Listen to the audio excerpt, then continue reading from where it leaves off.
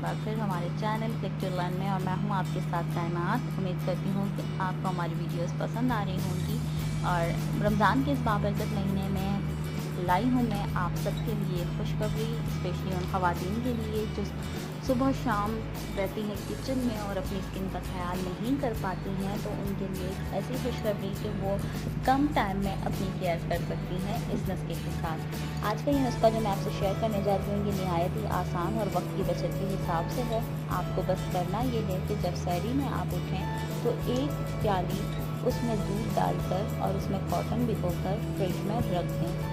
उसके बाद आप सहरी करें, बेशक आप नमाज़ पढ़कर आराम करें, पूरा दिन आप उसे फ्रिज में रहने दें और रात को सोने से कबल आप उसी कॉटन से लेकर अपने स्किन पर मसाज करें 15 से 20 मिनट तक, और उसके बाद सादे पानी से फेस वॉश करके सो जाएं और दोबारा अगली सहरी में ये अमल दोहराएं।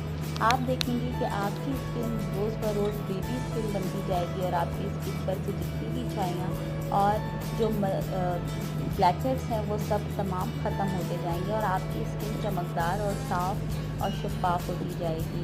ये टोटका ज़रूर आजमाइएगा, और अगर आपको हमारी वीडियो पसंद आए तो शेयर ज़रूर कीजिएगा। आगे हाजिर होंगे अपनी एक नई वीडियो के साथ। तब तक के लिए आप अपना ख्याल रखें। अल्लाह हाफ़िज़।